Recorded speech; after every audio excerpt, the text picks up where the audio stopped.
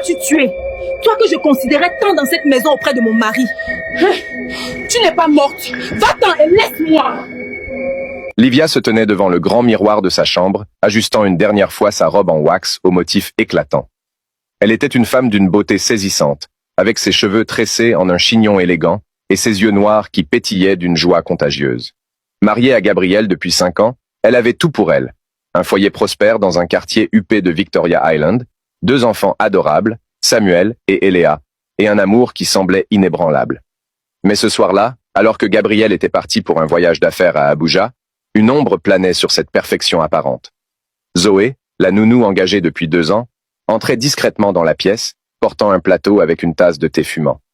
Âgée de 25 ans, Zoé avait des traits fins, une peau caramel et un sourire qui masquait une ambition dévorante. Elle avait été embauchée pour s'occuper des enfants, mais au fil des mois, ses regards vers Gabriel s'étaient faits plus insistants, ses attentions plus calculées. « Madame Livia, voici votre tisane du soir, comme vous l'aimez, avec du miel et du gingembre, » dit-elle d'une voix douce, presque mielleuse, en posant le plateau sur la table de chevet. Livia se tourna vers elle, un sourire fatigué aux lèvres. « Merci Zoé, tu es un ange. Les enfants dorment déjà? Samuel n'a pas fait d'histoire pour son histoire du soir ?» Zoé hocha la tête, ses yeux évitant ceux de Livia. « Oui, madame. Eléa s'est endormie en chantant sa comptine préférée, et Samuel a lu son livre sur les animaux de la savane. Ils sont paisibles. » Livia prit la tasse, humant l'arôme épicé. Elle ne se doutait pas que Zoé avait versé une dose mortelle de poison dans la boisson, un produit incolore et inodore qu'elle avait obtenu auprès d'un herboriste douteux dans un marché caché d'Ikeja. C'était le fruit d'une jalousie grandissante.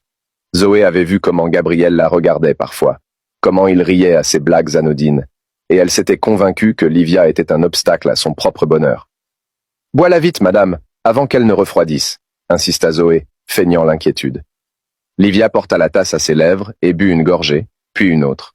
Au début, ce fut une chaleur agréable qui se répandit dans son corps, mais bientôt, une douleur aiguë lui serra la poitrine. Elle lâcha la tasse, qui se brisa sur le sol en marbre, répandant le liquide ambré. « Zoé, qu'est-ce que... » balbutia-t-elle, sa voix s'étranglant tandis qu'elle s'agrippait à la commode. Zoé recula d'un pas, son visage impassible. « C'est pour le mieux, madame. Gabriel mérite quelqu'un qui l'aime vraiment, pas une femme qui passe ses journées à des réunions interminables. Je prendrai soin de lui, des enfants. Vous n'avez plus votre place ici. » Livia tomba à genoux, ses mains tremblantes pressant son cœur qui battait la chamade. « Tu m'as empoisonné?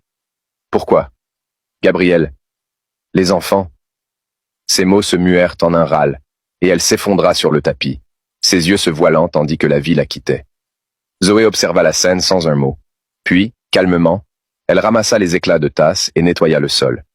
Elle appela les urgences, feignant la panique. Mais il était trop tard.